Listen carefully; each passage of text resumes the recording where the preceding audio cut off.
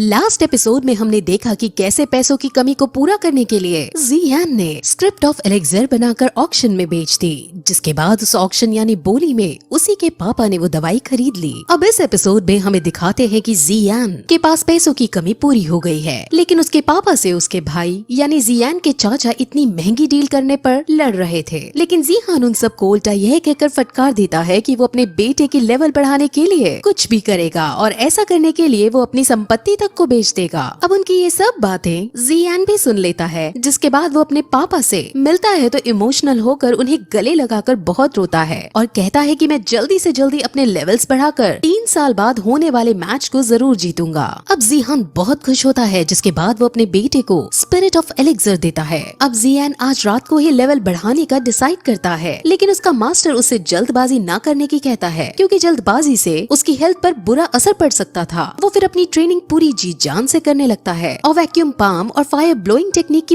बहुत प्रैक्टिस करता है और इससे उसके मास्टर भी उसकी प्रोग्रेस को देखकर काफी इम्प्रेस होते हैं, क्योंकि वो उनकी आशा से भी ज्यादा आगे निकल रहा था, यानी बहुत ज्यादा अच्छा परफॉर्म कर रहा था। अब जियान का मन लेवल 7 पर पहुंचने का था, लेकिन मास्टर कहते हैं कि वहां तक पहुंचने में तुम्हें 1 साल का समय लगेगा। लेकिन जियान को 2 महीने के अंदर लेवल 7 तक पहुंचना था, क्योंकि 2 महीने बाद उसके शहर में कमिंग ऑफ एज सेरेमनी है, जिसके अंदर उसे अपनी कैपेबिलिटीज दिखानी है। वही हमें नायान को दिखाते हैं, जो अभी भी एक पर्वत पर बैठकर मेडिटेट कर रही थी और 3 साल बाद होने वाले मैच के बारे में सोच रही थी। वहीं फिर जियान को प्रैक्टिस करते हुए 1 महीना बीत जाता है, जिसके बाद उसकी बहन उससे सुबह सुबह बुलाने आती है। जिसके बाद वो दोनों उस टावर के पास जाते हैं जहाँ सब अपना लेवल चेक करते थे। पहले जी जूनियर अपना लेवल चेक करती है, जिसमें उसका लेवल 9 था, लेकिन जब जियान अपना लेवल चेक करने जाता है तो हमेशा की तरह सब उसका काफी मजाक उड़ाते हैं। लेकिन फिर जियान लेवल चेक करने जाता है, जिसके अंदर वो अपना लेवल 7 पाता है। असल में इस 1 महीने में उसने अपने मास्टर की मदद से नॉर्मल से काफी ज्यादा हार्ड ट्रेनिंग की थी और पानी को भी अपनी प्रोड्यूस की हुई फ्लेम से उड़ाने की ताकत प्राप्त कर ली थी, जिसकी वजह से उसका लेवल 7 पर पहुंच गया था। अब जियान वैक्यूम पाम और फायर प्रोड्यूस करने में एक्सपर्ट हो चुका था। अब ये देखकर सब काफी शौक होते हैं और उसकी तारीफ करने लगते हैं। वहाँ एक लड़की जिसका नाम जीमाई है, वो भी अब जियान के साथ मिलकर प्रैक्टिस करना चाहती थी, जिसके बारे में वो जियान से पूछती भी है, लेकिन जी जूनियर उसे साफ मना कर देती है। अब जियान के पापा यानी जिहान की भी काफी तारीफ होने लगती है। वहीं दूसरी तरफ ये खबर जियालीबी हाउस के हेड तक पहुंचती है, जहां वो काफी ज्यादा उफान जाता है। लेकिन फिर उसका बेटा उसको इविल स्माइल देता हुआ एक प्लान बताता है कि 1 महीने बाद कमिंग ऑफ एज सेरेमनी जाएंगे और उसके अंदर में उसकी कमजोरी का पता लगा लेंगे और उसको आसानी से हराने में सक्षम हो जाएंगे। वहीं फिर 1 महीने बाद अब सेरेमनी स्टार्ट होती है, जिसके अंदर जियान को रिंग के अंदर बुलाया जाता है और अनाउंसमेंट की जाती है कि कोई भी जिसका लेवल 9 या 9 से नीचे हो वो जियान को चुनौती दे सकता है। जिस पर अब जीनिंग उसके सामने आता है और उससे लड़ने लगता है। जीनिंग वही है जो हमेशा से जियान को परेशान करता था और जिसके पिछले एपिसोड में जी जूनियर से ट्रेनिंग फाइट भी हो रही थी। अब उन दोनों में लड़ाई शुरू होती है, जिसमें पहले जियान दोगले ही करता है, लेकिन फिर अब उस पर अटैक करना शुरू करता है। जिसके बाद वो फायर ब्लोइंग टेक्निक का यूज कर उस पर एक ही अटैक करता है और उसी से जीनिंग हार जाता है। अब जीनिंग को बहुत गुस्सा आता है, क्योंकि लेवल 8 होने के बावजूद वो लेवल 7 वाले से हार गया था। लेकिन अब इस मैच में जियान ने क्योंकि अपनी फुल स्ट्रेंथ का प्रदर्शन दिया था और स्पिरिट ऑफ एलेक्जेर भी अब अपना असर दिखाना शुरू कर गई थी, इसलिए अब उसका लेवल वहीं 7 से 8 पर पहुंच जाता है, यानी वो अब लेवल 8 का योद्धा बन जाता है। जिसके बाद जीनिंग गुस्से में आप पीछे से उस पर वार करने आता है, लेकिन जियान इस बार फायर ब्लोइंग और वैक्यूम पंप दोनों का एक साथ यूज करते हुए उसे बहुत दूर फेंक देता है, जिससे वो बहुत घायल हो जाता है। वहीं जियालीबी भी मौजूद था, जहां वो अब अपने इविल प्लान को अंजाम देता है और उसे चुपके से एक हाईली कल्टिवेटेड मेडिसिन दे देता है, जिससे वो इंस्टेंट बहुत ज्यादा शक्तिशाली बन जाता है, यानी उसकी स्ट्रेंथ काफी ज्यादा बढ़ जाती है। सभी लोग उसको देख समझ जाते हैं कि इसने ऐसी दवाई खाई है जो उनके शहर में बैन है। वो उसको रोकने की भी कोशिश करते हैं, लेकिन जीनिंग के ऊपर गुस्सा सवार था, जिसके बाद वो सीधे जियान को मारने उसके पीछे दौड़ता है। लेकिन जियान उससे नहीं डरता और वो काउंटर अटैक करता है, जिसमें वो जीनिंग की हड्डी पसली तोड़ देता है। अब मैच बैन किया जाता है, जहाँ जीनिंग का फादर उसके पास आकर उसका हाथ चेक करता है। उसका एक हाथ बुरी तरह से टूट गया था, जिस पर वो जियान को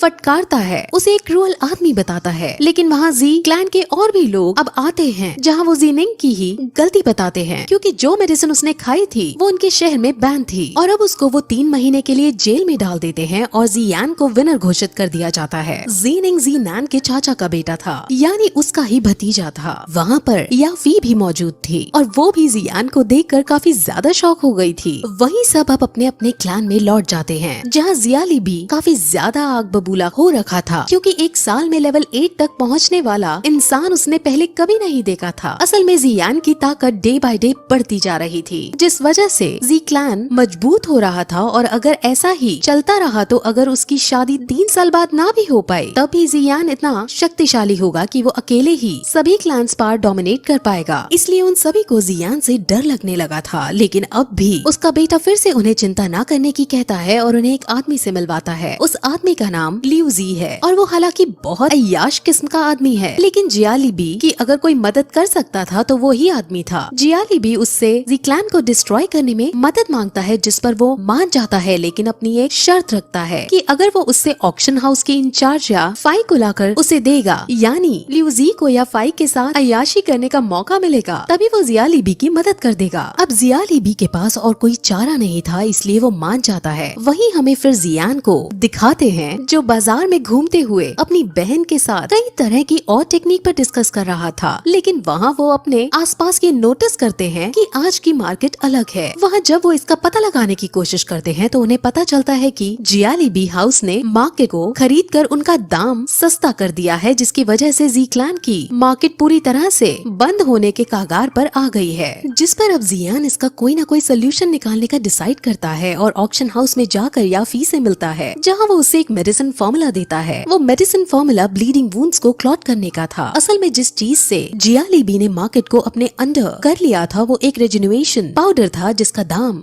बहुत सस्ता और असर बहुत तगड़ा वाला था। इसके लिए जियान भेस बदल कर रिजेन्युएशन पाउडर से भी अच्छी मेडिसिन का फॉर्मूला ऑक्शन हाउस में लेकर लाया था, ताकि वो यहाँ इसको बनाने के इंग्रेडिएंट्स हासिल कर सके और जी क्लान फिर से अपनी मार्केट हासिल कर सके। अब याफी उसको इस मेडिसिन को बनाने के लिए इंग्रेडिएंट्स देने से मना कर देता है, क्योंकि वो जियाली बी के साथ किसी तरह का पंगा नहीं लेना चाहती थी। वो बात कर ही रही होती है कि अचानक वहाँ बहुत सारे सैनिक आकर उन पर हमला करने लगते हैं, लेकिन जियान उन सबको अपने एक ही हाथ से वैक्यूम पंप टेक्निक का यूज करते हुए सबको मार कर सबको हरा देता है। अब याफी एक सैनिक से पूछती है कि तुम्हें किसने और क्यों भेजा है, जिस पर सैनिक बता देता है कि उसको लियू जी ने तुमको किडनैप करने के लिए भेजा है, ताकि वो तुम्हारे साथ अय्याशी कर सके। अब ये सुन याफी को काफी गुस्सा आता है और वो सैनिक को चांटे मार मार कर भगा देती है और जियान का धन्यवाद करती है। वो उससे काफी ज्यादा इम्प्रेस हो जाती है, जिसके बाद वो उसे सारे इंग्रेडिएंट्स दे देती है, जिस पर अब जियान इन सभी को जी क्लान को देने को कहता है। याफी पूछती भी है कि तुम्हारे जी क्लान के साथ क्या संबंध है और तुम कौन हो, जिस पर अब जियान अपना मास्क हटाकर उसे अपना फेस दिखा देता है और उसको देखकर याफी बहुत ज्यादा खुश होती है, क्योंकि वो पहले से ही उसकी फाइटिंग स्किल्स से इम्प्रेस रहती थी। वहीं जियाली बी लीजी की इस हरकत पर बहुत गुस्सा होता है, क्योंकि उसे डर था कि अब उसका ऑक्शन हाउस में एंट्री बंद ना हो जाए। लेकिन उसका बेटा बताता है कि उसने हमारी एंट्री बंद नहीं की, लेकिन हमारे खरीदे जाने वाली चीजों के दाम 5 गुना ज्यादा बढ़ा दिए हैं। वहीं अब जी क्लैन के सभी बड़े लोग ऑक्शन हाउस में कुछ ऐसा सामान ढूंढने का प्लान बना रहे थे जिससे वो रिजेन्युएशन पाउडर को टक्कर दे सके। कि तभी वहाँ याफी उन सभी इंग्रेडिएंट्स को लेकर उनके महल के अंदर आती है, जहाँ वो उन्हें इन सभी इंग्रेडिएंट्स को देने की बात कहती है। जी क्लैन के पास में पैसे नहीं थे कि वो ये सब खरीद सके, लेकिन याफी उन्हें बताती है कि ये अब इन ओल्ड मास्टर का गिफ्ट है जो तुम्हें वो देना चाहते हैं। अब फिर उनके सामने ओल्ड मास्टर आते हैं, यानी जी यान भेस बदल कर वहाँ आता है और वैक्यूम पाम की मदद से वो उन इंग्रेडिएंट्स का यूज करके वही उन सभी के सामने मेडिसिन बनाने लगता है, जिसके बाद मेडिसिन तैयार हो जाती है और वो कहता है कि इस मेडिसिन से ब्लीडिंग वुंड बहुत जल्दी जल्दी क्लॉट होने लगेंगे और रिजेन्युएटिंग पाउडर इसके सामने कहीं खड़ा भी नहीं हो पाएगा। अब जी क्लैन इतने बड़े गिफ्ट को हासिल ऐसे ही नहीं कर सकते थे और वो मना भी करते हैं, लेकिन ओल्ड मास्टर कहता है कि ये सब मैं तुम्हारे बेटे जी यान की फाइटिंग स्किल्स को